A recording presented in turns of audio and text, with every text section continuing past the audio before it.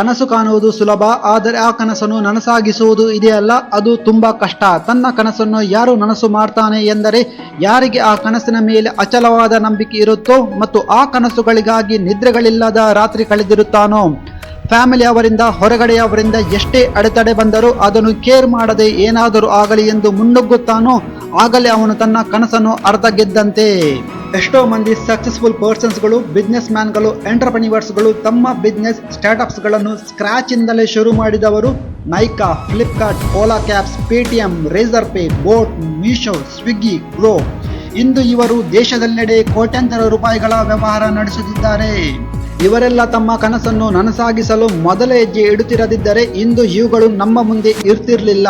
ನಿಮ್ಮಲ್ಲಿ ಕೂಡ ಅಂತಹ ಕನಸು ಇದ್ದರೆ ನಿಮ್ಮ ಮೇಲೆ ವಿಶ್ವಾಸ ಇಟ್ಟು ನಿಮ್ಮ ಕನಸಿನತ್ತ ಮೊದಲ ಹೆಜ್ಜೆ ಇಡಿ ಮತ್ತು ಅದಕ್ಕಾಗಿ ನಿರಂತರ ದುಡಿಯಿರಿ. ನಿಮ್ಮ ಕನಸು ಕೂಡ ನನಸಾಗುತ್ತದೆ ಮತ್ತು ಖಂಡಿತವಾಗಿಯೂ ಯಶಸ್ಸು ನಿಮ್ಮದಾಗುತ್ತದೆ.